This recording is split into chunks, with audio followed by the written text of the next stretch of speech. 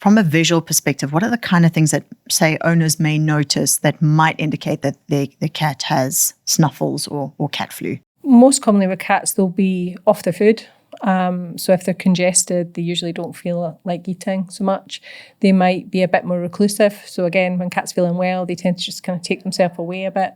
And they might be trying to stay warm or to get cool, depending on kind of what's going on. So any breathing difficulties, increased respiratory noise, increased respiratory effort, snotty kind of nasal discharge, sore or inflamed eyes, discharge from the eyes.